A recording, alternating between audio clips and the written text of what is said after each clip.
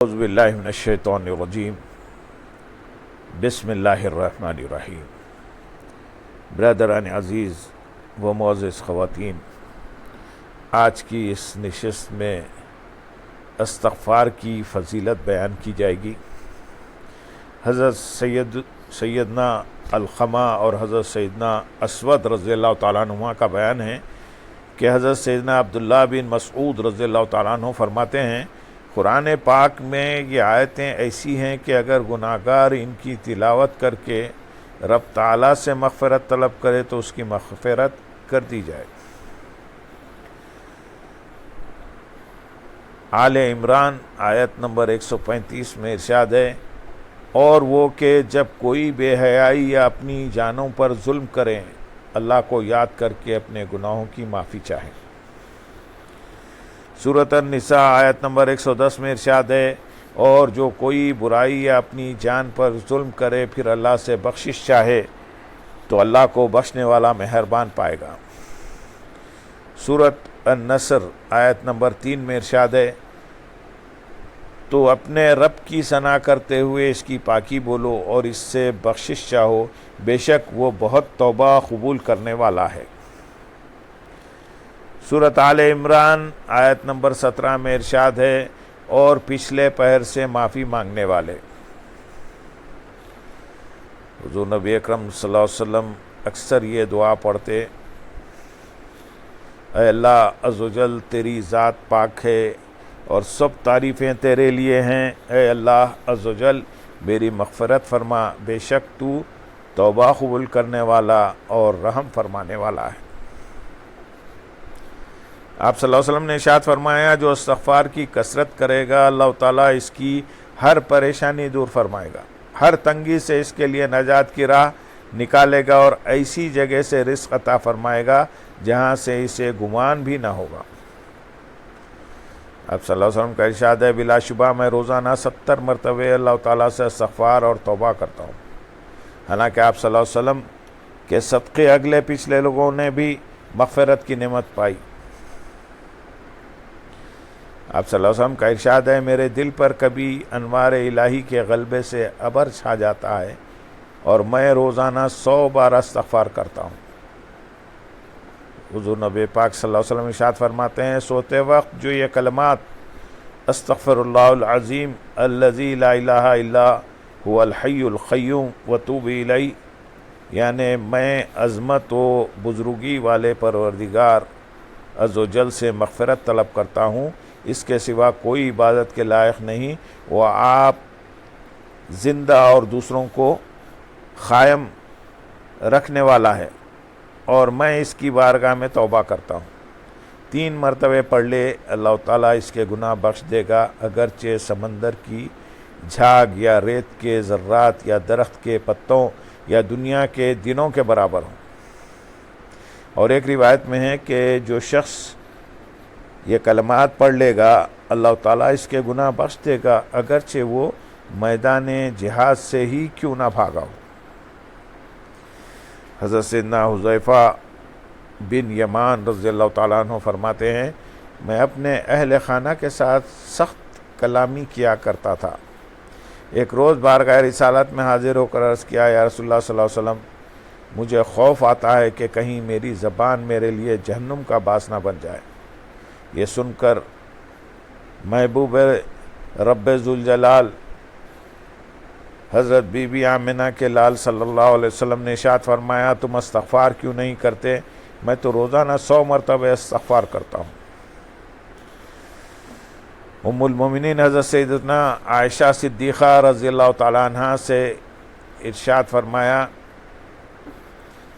اگر کوئی گناہ ہو جائے تو اللہ تعالیٰ سے مغفرت طلب کرو اور اس کی بارگاہ میں توبہ کرو، بے شک ندامت اور طلب مغفرت کا نام توبہ ہے۔ تاجدار رسالت صلی اللہ علیہ وسلم تعلیم امت کے لیے اس طرح استغفار کرتے،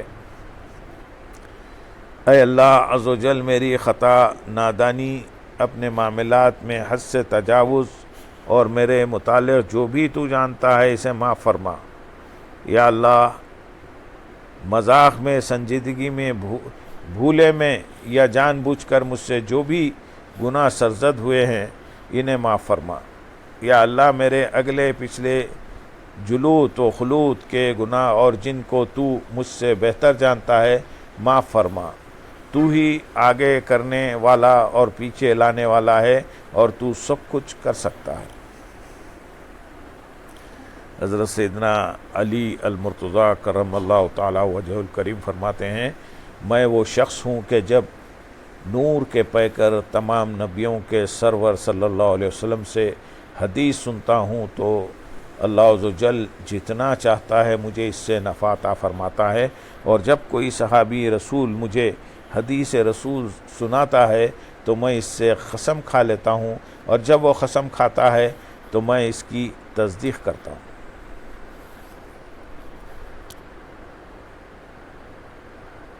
اور مجھے امیر المومنین حضرت سیدنا ابو بکر صدیق رضی اللہ تعالیٰ عنہ نے حدیث سنائی اور سچ فرمایا کہ میں نے مدنی آقا صلی اللہ علیہ وسلم کو ارشاد فرماتے سنا، جو بندہ گناہ کر بیٹھے تو اچھے طریقے سے وضو کرے، پھر کھڑے ہو کر 2 رکعت ادا کرے، پھر اللہ تعالیٰ سے مغفرت طلب کرے تو اس کی مغفرت کر دی جاتی ہے۔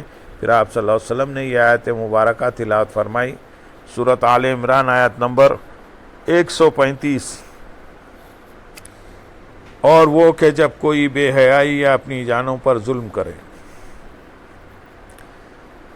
آپ صلی اللہ علیہ وسلم نے فرمایا، بندہ جب کوئی گناہ کرتا ہے تو اس کے دل پر ایک سیاہ نقطہ لگا دیا جاتا ہے، پھر اگر وہ توبہ کرے اور اس گناہ سے باز آ جائے اور استغفار کرے تو اس کا دل چمکا دیا جاتا ہے، اور اگر وہ مزید گناہ کرے تو اس سیاہی میں اضافہ کر دیا جاتا ہے، یہاں تک کہ اس کے دل پر چھا جاتی ہے۔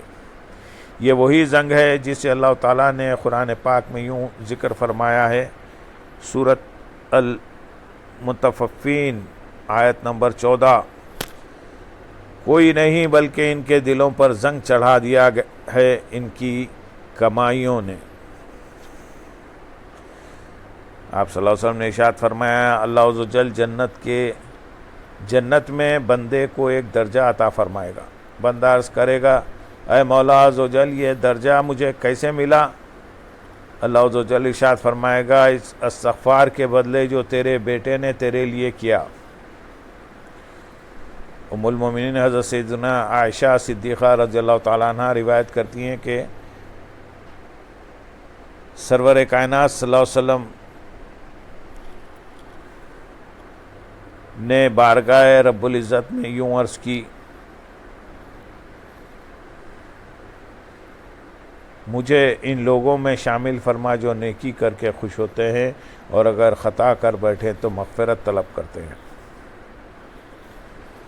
آپ صلی اللہ علیہ وسلم ارشاد فرماتے ہیں، بندہ جب کوئی گناہ کر بیٹھے پھر کہے اللہم اغفر لی، یعنی یا اللہ عز و جل مجھے معاف فرما، تو اللہ تعالیٰ فرماتا ہے میرے بندے سے گناہ ہو گیا اور وہ جانتا ہے کہ اس کا رب ہے، جو گناہ پر پکڑ بھی فرماتا ہے اور بخش بھی دیتا ہے، اے میرے بندے جو چاہے کر میں نے تیری بخشش فرما دی۔ آپ صلی اللہ علیہ وسلم کا ارشاد ہے، معنی مانگ لینے والا گناہ پر اڑا رہنے والا نہیں، معافی مانگ لینے والا گناہ پر اڑا رہنے والا نہیں، اگرچہ دن میں 70 بار گناہ کرے۔ حضور نبی پاک صلی اللہ علیہ وسلم ارشاد فرماتے ہیں، ایک شخص جس نے کبھی کوئی نیکی نہ کی تھی، ایک روز آسمان کی طرف نگاہ اٹھا کر کہنے لگا، بے شک میرا ایک پروردگار ہے، اے میرے اللہ عز و جل میری مغفرت فرما۔ اللہ عز و جل نے ارشاد فرمایا، میں نے تجھے بخش دیا۔ حضور رحمت عالم صلی اللہ علیہ وسلم ارشاد فرماتے ہیں، جس سے کوئی گناہ سرزد ہو جائے اور وہ یقین رکھے کہ اللہ عز و جل میری اس خطا پر مطلع ہے تو اس کی مغفرت کر دی جاتی ہے، اگرچہ وہ استغفار بھی نہ کرے۔ آپ صلی اللہ علیہ وسلم نے فرمایا، رب تعالیٰ فرماتا ہے، اے میرے بندو تم سب گناہگار ہو سوائے اس کے جسے میں محفوظ رکھوں، لہذا مجھ سے مغفرت کا سوال کرو، میں تمہاری مغفرت فرما دوں گا، اور تم میں سے جو یہ جان لے کہ میں بخش دینے پر قادر ہوں تو میں اس کی مغفرت فرما دوں گا اور مجھے کچھ پرواہ نہیں۔ حضور نبی کریم صلی اللہ علیہ وسلم ارشاد فرماتے ہیں جو شخص یہ کلمات کہے یا اللہ عز و جل تیری ذات پاک ہے، میں نے اپنی جان پر ظلم کیا اور برے عمل کیے، پس تو مجھے بخش دے کہ تیرے سوا گناہوں کو بخشنے والا کوئی نہیں، تو اس کے گناہ بخش دیے جاتے ہیں اگرچہ چونٹیوں کی تعداد کے برابر ہوں۔ روایت میں ہے کہ افضل استغفار یہ ہے، اے اللہ عز و جل تو میرا رب ہے، میں تیرا بندہ ہوں، تو نے مجھے پیدا کیا اور میں بقدر طاقت تیرے عہد و پیما پر قائم ہوں، میں اپنے کیے کے شر سے تیری پناہ مانگتا ہوں، تیری دی ہوئی نعمت اور اپنی جان کے خلاف گناہوں کا بھی اقرار کرتا ہوں۔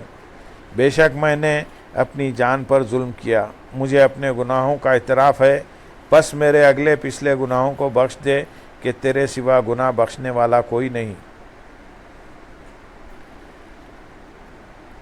حضرت سیدنا خالد بن معدان علیہ رحمہ کا بیان ہے کہ اللہ عز و جل ارشاد فرماتا ہے میرے محبوب بندے وہ ہیں جو مجھ سے محبت کے سبب آپس میں محبت رکھتے ہیں، ان کے دل مساجد میں لگے رہتے ہیں اور وقت سحر استغفار کرتے ہیں، جب میں اہل زمین کو عذاب دینے کا ارادہ کرتا ہوں تو انہی لوگوں کے وجہ سے ان سے پھیر دیتا ہوں۔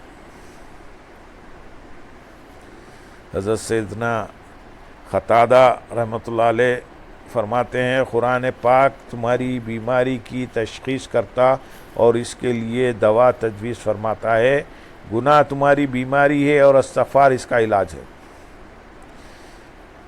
امیر المومنین حضرت سیدنا علی المرتضیٰ کرم اللہ تعالی وجہ الکریم نے ارشاد فرمایا تعجب ہے اس شخص پر جو سامان نجات رکھنے کے باوجود ہلاک ہو جاتا ہے۔ پوچھا گیا سامان نجات کیا ہے؟ آپ نے فرمایا استغفار۔ انہیں سے مروی ہے، یعنی حضرت علی رضی اللہ تعالیٰ عنہ سے مروی ہے کہ اللہ جبار و قہار جسے عذاب دینے کا ارادہ فرما لیتا ہے اسے توبہ کی توفیق نہیں دیتا۔ حضرت سیدنا فضیل بن ایاز رحمۃ اللہ علیہ فرماتے ہیں بندہ استغفر اللہ کہتا ہے اس کا مطلب ہے کہ مولا مجھے بخش دے۔ علماء اکرام رحمۃ اللہ علیہ فرماتے ہیں بندہ گناہ اور نعمت کے درمیان ہوتا ہے، ان دونوں کے لیے الحمدللہ اور استغفر اللہ ہے، یعنی حصول نعمت پر حمد و ثنا اور ارتکاب گناہ پر توبہ و استغفار کرے۔ حضرت سیدنا ربیع بن خثیم رحمۃ اللہ علیہ فرماتے ہیں تم میں سے کوئی اس طرح نہ کہے استغفر اللہ و اتوب الیہ، میں اللہ عز و جل سے مغفرت طلب کرتا ہوں اور توبہ کرتا ہوں، کیونکہ اگر تم نے ایسا نہ کیا یعنی استغفار نہ کیا تو یہ جھوٹا اور گناہ ہوگا۔ ہاں یوں کہنا چاہیے اللہم اغفر لی وتب علی، یعنی یا اللہ عز و جل میری مغفرت فرما اور توبہ قبول فرما۔ حضرت سیدنا فضیل بن ایاز رحمۃ اللہ علیہ فرماتے ہیں ترک گناہ کے بغیر توبہ جھوٹوں کی توبہ ہے۔ حضرت سیدنا رابعہ عدویہ رحمۃ اللہ علیہ فرماتی ہیں ہماری توبہ کو بھی بہت سی توبہ کی ضرورت ہے۔ حکماء کا کہنا ہے نادم ہوئے بغیر توبہ کرنے والا گویا لا علمی میں اللہ رب العزت سے مذاق کرنے والا ہے۔ ایک اعرابی کو غلاف کعبہ سے لپٹ کر یہ کہتے سنا گیا اے اللہ عز و جل اگر میں گناہ پر اصرار کے باوجود تجھ سے مغفرت طلب کروں تو یہ ملامت ہے، اور تیرے عفو و درگزر کی وسعتوں کا یقین رکھتے ہوئے استغفار نہ کروں تو یہ میری کمزوری ہے۔ تو مجھ پر کتنے ہی انعام و اکرام فرما کر مجھے دوست رکھتا ہے، حالانکہ تجھے میری کوئی ضرورت نہیں، جبکہ میں تیرا محتاج ہونے کے باوجود تیری نافرمانیوں کے کر کے تیرے غضب کا شکار ہوتا ہوں۔ اے وعدہ پورا کرنے والے، وعید سنا کر معاف کرنے والے، اے رحم کرنے والے، مولا میرے بڑے جرموں کو اپنے عظیم عفو سے مٹا دے۔ حضرت سیدنا ابو عبداللہ وراق علیہ رحمہ فرماتے ہیں اگر تیرے گناہ پانی کے خطروں اور سمندر کی جھاگ کے برابر بھی ہو جائیں تو بارگاہ الہی میں خلوص دل سے یہ دعا کر تیرے گناہ مٹا دیے جائیں گے۔ اے اللہ عز و جل، میں تجھ سے اپنے ہر گناہ کی بخشش طلب کرتا ہوں اور تیرے حضور ان خطاؤں سے توبہ کرتا ہوں جن کے ترک کا تجھے سے وعدہ کر کے پھر ان میں مبتلا ہو جاتا ہوں۔ میں تجھ سے ہر اس عمل سے بھی توبہ کرتا ہوں جو کرنا تو تیری رضا کے لیے چاہتا ہوں لیکن اس میں غیر کا خیال شامل ہو جاتا ہے۔ میں اس بات سے بھی توبہ کرتا ہوں کہ تو مجھے نعمت عطا کرتا ہے اور میں اس سے تیری ہی نافرمانی پر مدد حاصل کرتا ہوں۔ اے ظاہر و باطن کو جاننے والے، اے علم والے، میں تجھ سے سب گناہوں کی معافی کا طلبگار ہوں، چاہے وہ دن کی روشنی میں کیے ہوں یا رات کی تاریکی میں، جلوت میں ہو یا خلوت میں، علانیہ ہو یا پوشیدہ۔ منقول ہے کہ حضرت سیدنا آدم و حضرت سیدنا خضر علیہ السلام کی دعائے استغفار بھی یہی ہے۔ اے باری تعالیٰ، ان تمام بزرگان دین، صحابہ اکرام، حضور نبی پاک صلی اللہ علیہ وسلم اور رمضان کے اس خاص مہینے میں ہم تیری رحمت کے طلبگار ہیں۔ بے شک تو رحیم کریم، اپنے بندوں پر رحم فرمانے والا ہے۔ بے شک ہم گناہگار ہیں میرے مالک، ہمارے گناہوں کو نہ دیکھ، تو اپنی رحمت کی وسعت کو دیکھ اور ہمارے گناہوں کو بخش دے میرے مالک۔ تو ہمارا مالک ہے، چاہے تو ہمارے ٹکڑے ٹکڑے کر ڈالے، کر کے کتوں کو کھلا دے، لیکن ہم پھر بھی تیرے بندے ہیں مالک۔ تو جو چاہے کرے، لیکن ہم تیرے اس فرمان کو ہمیشہ ذہن میں رکھتے ہیں میرے مالک۔ لا تقنطوا من رحمت اللہ، ہم تیری رحمت سے مایوس نہیں ہیں، ہم تیری رحمت کی طرف نگاہ کیے ہوئے ہیں۔ واسطے میں تیرے محبوب محمد رسول اللہ صلی اللہ علیہ وسلم کے ہمارے گناہوں کو بخش دیجئے، ہماری خطاؤں کو معاف فرمائیے، ہمارے ٹوٹے پھوٹے چھوٹی بڑی عبادتوں کو قبول فرمائیے میرے مالک۔ اے باری تعالیٰ، ہم کو اسلام پر جلائیے اور اسلام پر ہمارا خاتمہ ہو۔ اے باری تعالیٰ، ہم شریعت محمدی صلی اللہ علیہ وسلم کو پھیلانے کی جتنی زیادہ کوشش ہو سکے ہم کو اس کی توفیق عطا فرمائیے، اور ہم سے دین کا کام لیجئے مالک، تاکہ ہم سے آپ راضی ہو جائیں۔ اے باری تعالیٰ، ہمارا ہر قدم آپ کی راہ میں ہو۔ اے باری تعالیٰ، ہم کسی سے بات بھی کریں تو آپ کے لیے ہو، ہم کسی سے محبت بھی کریں تو آپ کے لیے ہو۔ اے باری تعالیٰ، ہمارے دلوں میں اپنی محبت کوٹ کوٹ کے بھر دے میرے مالک۔ اے باری تعالیٰ، ہم پر اپنی نظر رحمت فرما، ہمیں اپنے فضل سے اپنی رحمت میں ڈھانک لیجئے میرے مالک۔ اللہم صلی علی سیدنا محمد وعلی آل سیدنا محمد وبارک وسلم۔